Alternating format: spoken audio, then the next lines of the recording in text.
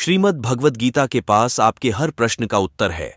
चाहे आपकी कोई भी परेशानी हो, कोई भी इच्छा हो, श्रीमद् भगवद गीता आपके हर प्रश्न का उत्तर देती है, आपकी हर समस्या का हल देती है। चाहे वह परेशानी आपके मन की हो, धन की हो, या आपके शरीर की हो, या आपके रिश्तों की हो, आपको अपनी हर समस्या का उत्तर श्रीमद् भगवद गीता में जरूर मिलेगा। श्री भगवद गीता साक्षात भगवान की दिव्य वाणी है। इसकी महिमा अपार है, अपरिमित है। उसका यथार्थ में वर्णन कोई नहीं कर सकता। गीता सर्वशस्त्रमय है। इसे सारे शास्त्रों का खजाना कहा जाता है। आज हम श्रीमद् भगवद गीता के अनमोल उपदेश आपको बताएंगे, जो आपकी पूरी जिंदगी बदल देंगे। बस आप इन बातों को वीडियो के अंत तक ध्यान से सुनिए। जो भी व्यक्ति इस वीडियो को अंत तक सुनेगा, उसे अपनी जिंदगी की हर परेशानी का हल अवश्य मिलेगा। उसे अपनी जिंदगी में जो कुछ भी चाहिए वह उसे जरूर मिलेगा। श्रीमद् भागवत गीता का पहला उपदेश यही है कि कोई अगर आपका अपना है या कोई आपसे बड़ा है तो उसका अपने प्रति गलत व्यवहार कभी भी सहन नहीं करना चाहिए। गीता का यह उपदेश हमारी जिंदगी से भी जुड़ा है। हम भी अपने मन की अधिकतर तकलीफों को यह सोचक जिंदगी भर सहते रहते हैं कि यह तो मेरा अपना है, यह तो मेरा बड़ा है, इसको हम कैसे को कुछ कह सकते हैं। हम अगर नहीं सहेंगे, कुछ कह देंगे तो हमारे रिश्ते ही खराब हो जाएंगे, हमारे रिश्ते ही समाप्त हो जाएंगे। पर सोचने की बात यह है कि उस व्यक्ति को आप अपना कैसे मान सकते हैं जो आपकी तकलीफों की वजह हो। अपना तो वह होता है जो हमारी तकलीफों को दूर कर दे। गीता का यह उपदेश है, किसी को भी अपना फायदा मत उठाने दो, किसी को भी खुद पर जुल्म मत करने दो, क्योंकि आप जितना सहे लोग आपको उतना रहने के लिए और मजबूर करेंगे। गीता का पहला अध्याय, जिसका नाम अर्जुन विषाद योग है, और दूसरा अध्याय जिसका नाम सांख्य योग है। इसके आरंभ में ही अर्जुन ने श्री कृष्ण के आगे अपना दुख प्रकट किया है। हे केशव, मैं कौरवों से कैसे युद्ध कर सकता हूं? यह सब तो मेरे अपने ही हैं। मैं कैसे पितामह भीष्म और गुरु द्रोणाचार्य से युद्ध करूंगा? क्योंकि यह दोनों तो मेरे पूजन, इसलिए इन गुरुजनों को मारने से तो अच्छा है मैं भिक्षा मांगकर गुजारा करूं। और जिन कौरवों से मैं युद्ध करने जा रहा हूं, वह सब धृतराष्ट्र के पुत्र मेरे भाई ही हैं, मेरे अपने ही हैं। इन सबको मारने से अच्छा है कि मैं सन्यासी बन जाऊं। तो श्री कृष्ण ने अर्जुन से कहा कि यहां कौन अपना है और कौन पराया है। जो अधर्म करता है उसके साथ युद्ध करना तुम्हें मोक्ष और मुक्ति देगा। तुम अपने इस मन के मोह को त्याग दो, नहीं तो सारा जग तुम्हारी निंदा ही करेगा, तुम्हें डरपोक कहेगा। और बात अपने पराये की नहीं है, बात धर्म और अधर्म की है, बात सही और गलत की है। अगर तुम गलत को सहो उसका अंत नहीं करोगे तो गलत करने वाले को और बल मिलेगा, वह और भी गलत करेगा। इसलिए अपने मोह को त्याग कर तुम युद्ध करो। महाभारत की एक और कहानी भी है। जब 666 अर्जुन के पुत्र अभिमन्यु की युद्ध में मृत्यु हो जाए, तब अर्जुन बहुत दुखी होते हैं, रोने लगते हैं। वह श्री कृष्ण से कहने लगते हैं कि मैं यह दुख सहन नहीं कर सकता, मैं भी अपने आप को समाप्त कर लूंगा। फिर भगवान श्री कृष्ण अर्जुन को आत्माओं के लोक में लेकर गए, जहां अभिमन्यु आनंद से बैठा हुआ था।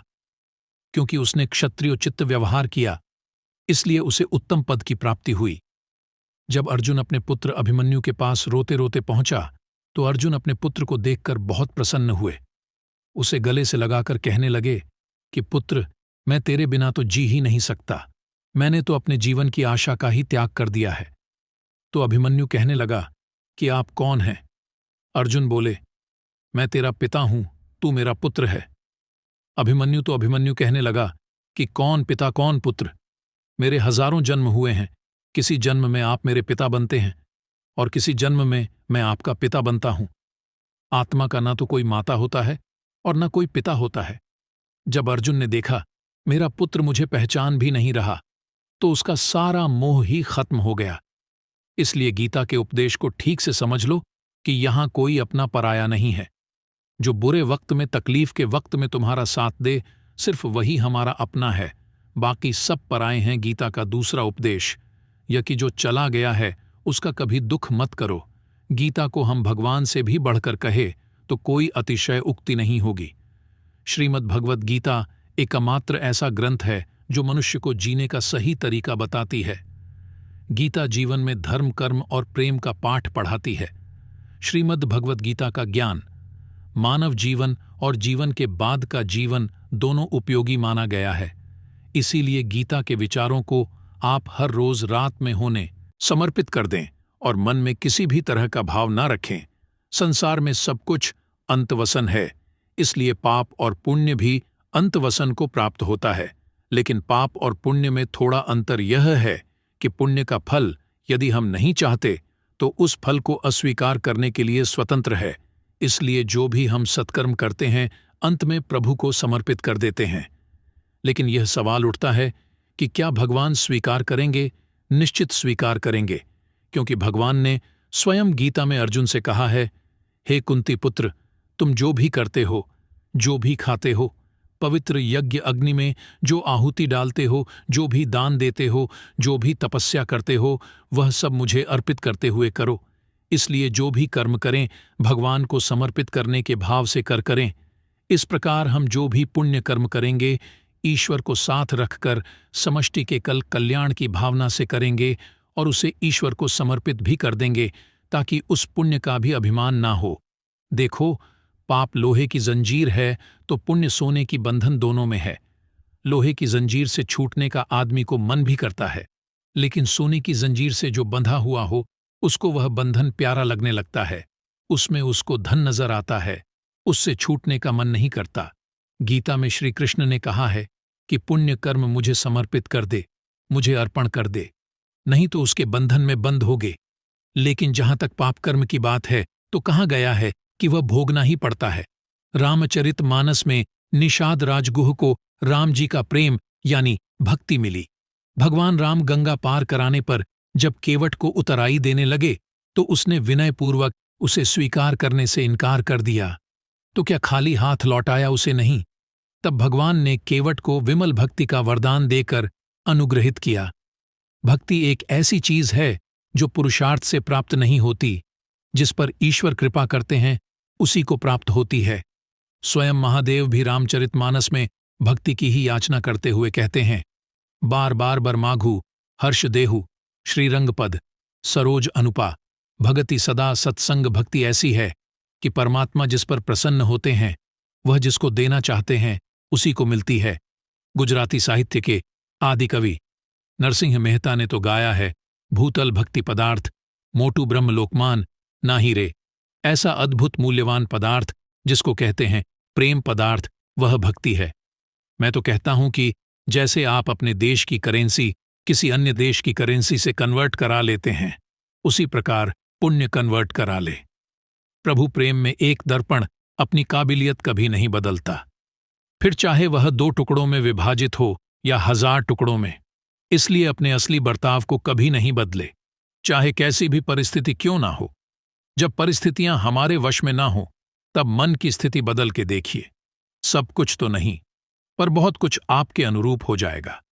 पेड़ के नीचे रखी भगवान की टूटी मूर्ति को देखकर समझ आया कि परिस्थिति चाहे कैसी भी परिस्थिति क्यों ना हो, जब परिस्थितियां हमारे वश में ना हो तब मन की स्थिति बदल के देखिए।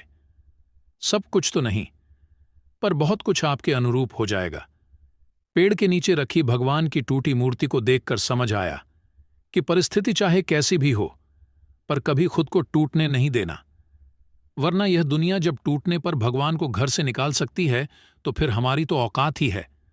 पानी को कसकर पकड़ोगे तो वह हाथ से छूट जाएगा, उसे बहने दो, वह अपना रास्ता खुद बना लेगा।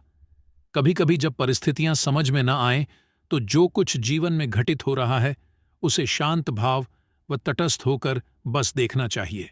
समय आने पर जीवन अपना मार्ग खुद बना लेगा। कठिन परिस्थिति में ही दिमाग को शांत करने की जरूरत पड़ती है, उस समय सारा माहौल विपरीत होता है। आपसे एक सवाल पूछता हूं, अगर अचानक कहीं आग लग जाए तो आप क्या करेंगे, कैसे बुझाए? तो आप कहेंगे कि ऐसी परिस्थितियों के लिए हम पहले से ही इंतजाम करके रखेंगे। आप बिल्कुल सही कह रहे हैं।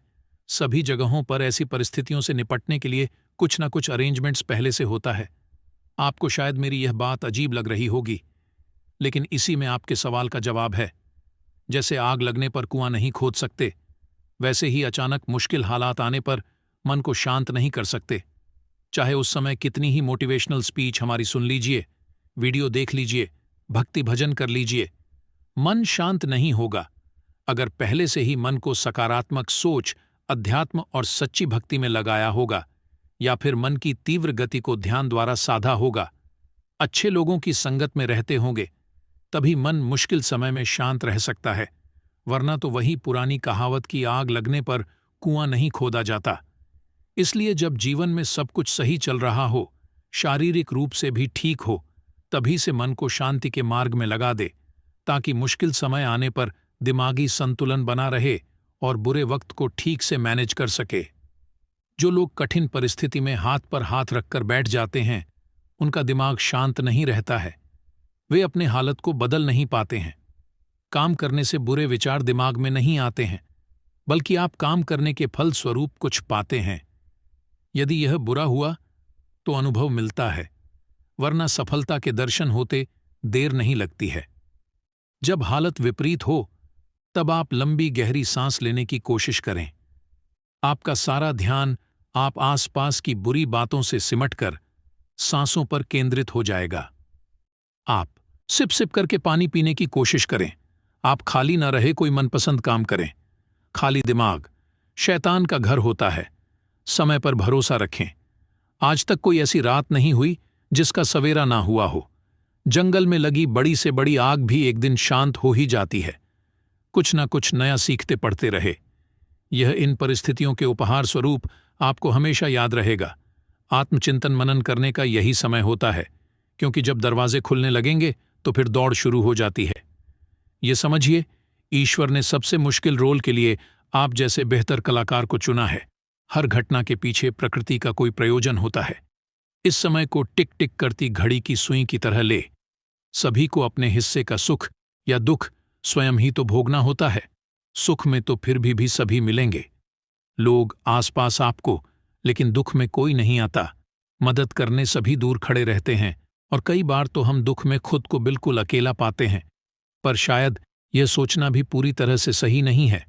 ईश्वरीय शक्ति तो है ना हमारे आसपास, हमारे साथ, बस आवश्यकता होती है तो उन शक्तियों को पहचानने की बस एक बार कुछ फुर्सत के पल निकालकर उन्हें दिल से याद तो कीजिए।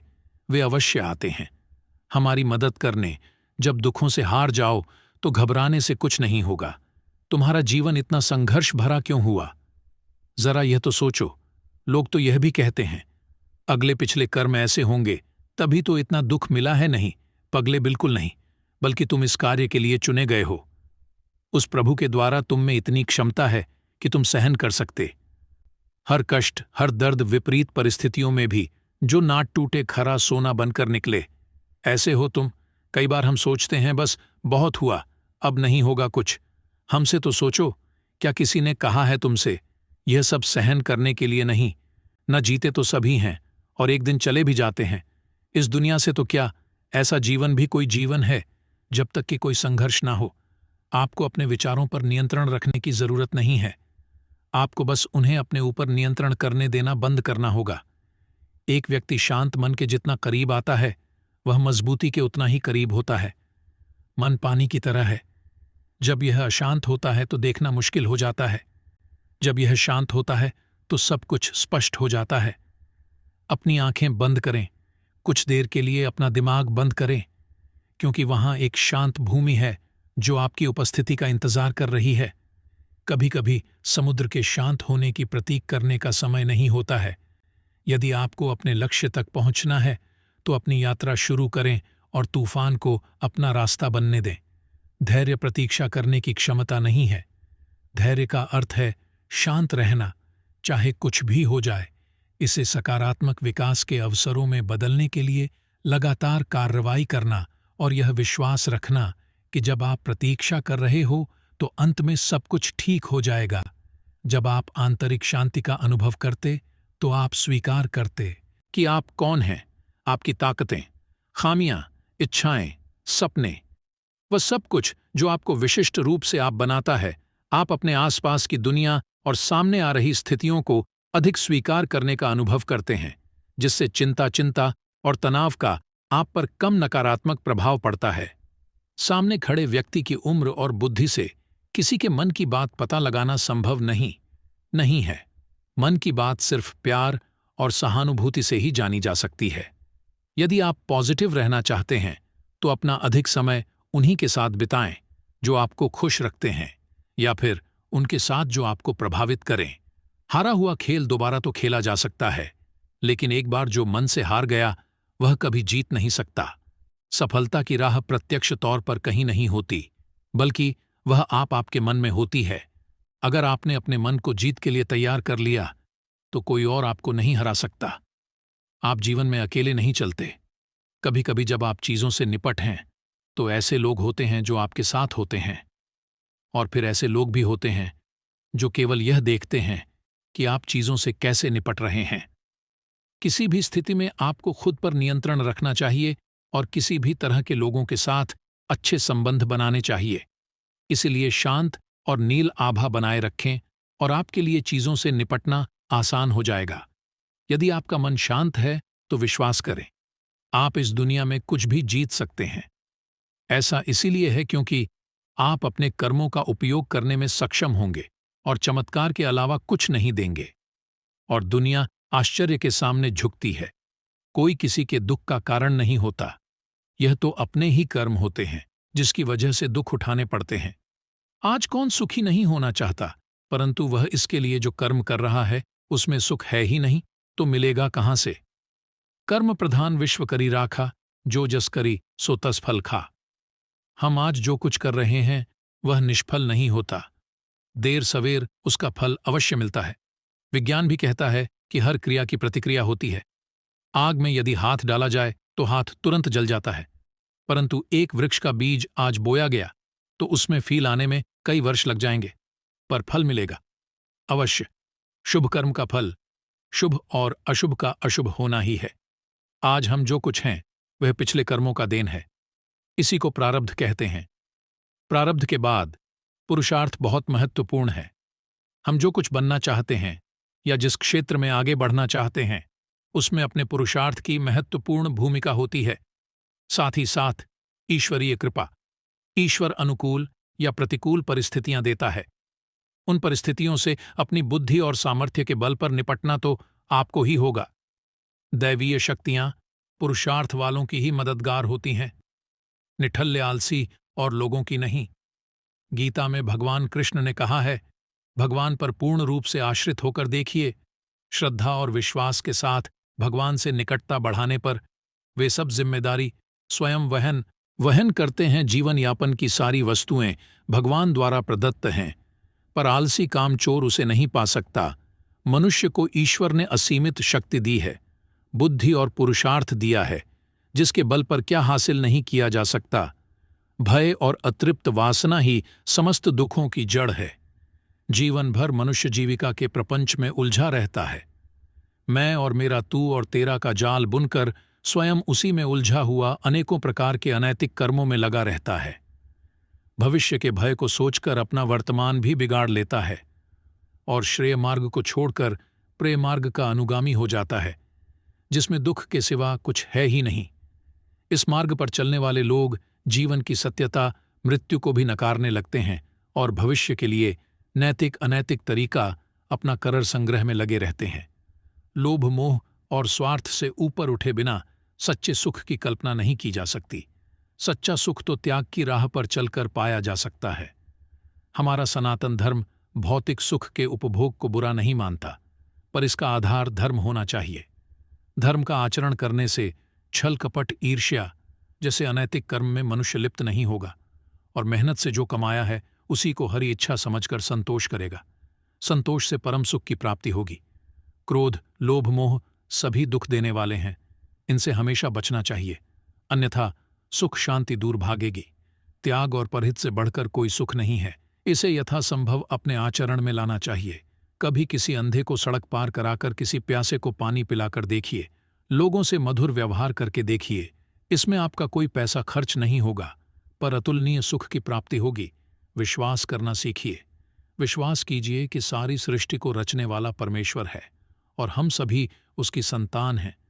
विश्वास किसी तर्क की कसौटी पर नहीं कसा जा सकता। अत सभी में, चाहे वह इंसान हो, पशु पक्षी हो या पेड़ पौधे हों, सब में ईश्वर का वास मानकर घृणा को त्याग कर प्रेम करना सीखिए।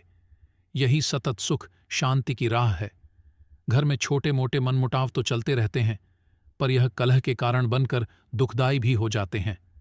इसका मुख्य कारण है कि हम अध आकार की गांठ तो मजबूती से बांध लेते हैं, पर कर्तव्य की पूरी तरह उपेक्षा करते हैं।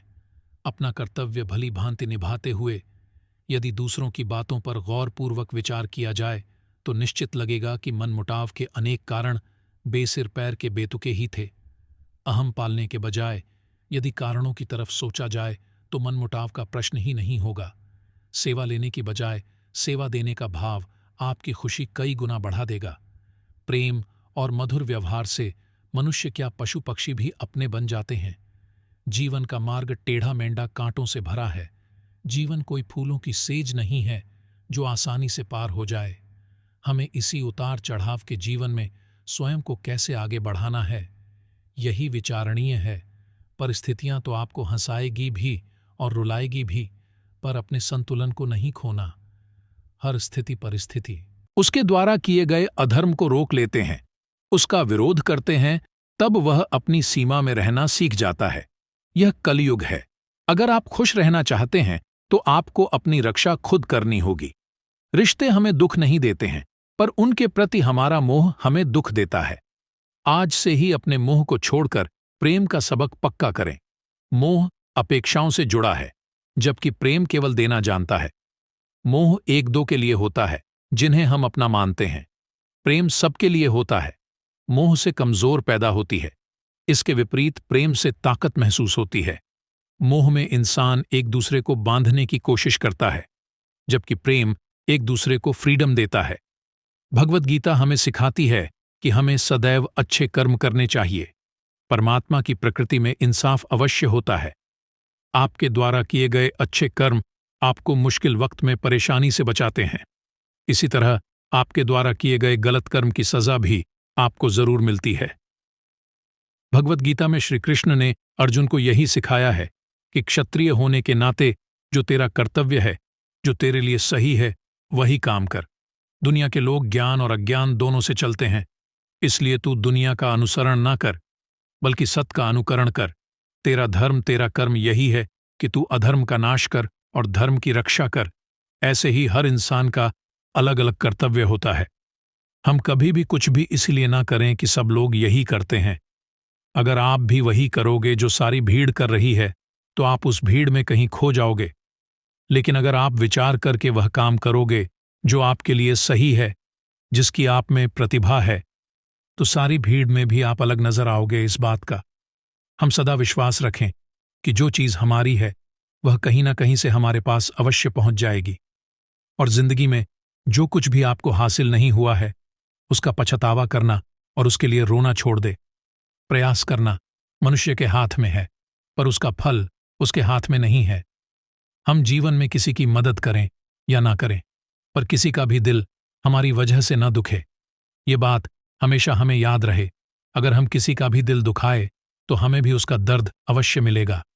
जब हमारी वजह से किसी का दिल दुखता है तो हमें पता नहीं चलता, लेकिन जब हमारा दिल दुखता है तो हमें समझ में आता है। भगवद गीता हमें सिखाती है कि जो कुछ भी होता है अच्छे के लिए होता है। जो हो रहा है उसमें भी कोई भलाई अवश्य है, और जो होगा उसमें दृढ़ विश्वास रखें ही अच्छा ही होगा।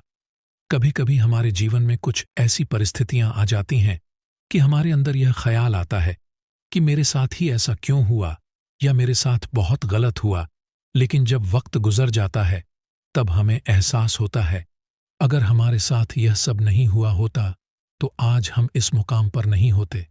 मनुष्य को किसी भी चीज की अति नहीं करनी चाहिए, न किसी से अति का राग, न किसी से अति का वैर। हद से ज्यादा आराम आपको आलसी बना सकता है, और हद से ज्यादा खाना आपको बीम से मेरा मतलब है चिंता करना, व्याकुल होना कोई बुरी बात होती भी नहीं है, और मन परेशानी की ऊंची ऊंची लपटें लेने लगता है। कभी कभी तो मुझे ऐसा लगता है कि हम में से कई लोग सिर्फ परेशान होने के लिए जीते हैं। सारी परेशानी, पीड़ा, दुविधा अक्सर हमारी मन की बनाई हुई कहानियां होती हैं। हमारे मन को शांत और स्थिर करने के लिए दो उपाय देते हैं। पहला, ध्यान लगाना या मेडिटेशन। दूसरा, वैराग्य भाव सीखना। अब ध्यान या मेडिटेशन शब्द सुनते ही आप में से कई लोग कहेंगे कि आप आंख बंद कर सांसें अंदर बाहर नहीं ले सकते। यहां हम सब गलती कर बैठते हैं। मेडिटेशन या ध्यान का मतलब सिर्फ आंख बंद कर बैठना नहीं होता। मेडिटेशन का मतलब होता है अपना पूरा ध्यान किसी चीज पर लगाना और उसे हटने नहीं देना। अगर आप रोटी बना रहे हैं तो सिर्फ उस बात पर ध्यान दीजिए। अगर आप पिक्चर देख रहे हैं तो अपना पूरा ध्यान पिक्चर पर लगाएं। यह मत सोचिए कि पिक्चर देखकर आप अपना कितना वक्त बर्बाद कर रहे हैं। जब आप जीवन के हर छोटे बड़े काम को पूरे ध्यान से करते हैं तो आपका जीवन ही एक मेडिटेशन बन जाता है। ऐसे जीवन में शांति, स्थिरता, साहस और सफलता का होना अनिवार्य है। वैराग्य भाव। दूसरा उपाय। वैराग्य का अर्थ यह नहीं कि आप सब कुछ छोड़कर जंगल में जाकर बैठ जाएं। वैराग्य का सच्चा अर्थ है कि आप जो काम कर रहे हैं उसका क्या नतीजा या रिजल्ट निकलेगा उसकी चिंता ना करें। लाइक एंड सब्सक्राइब कर देना। नेक्स्ट वीडियो मिलता है।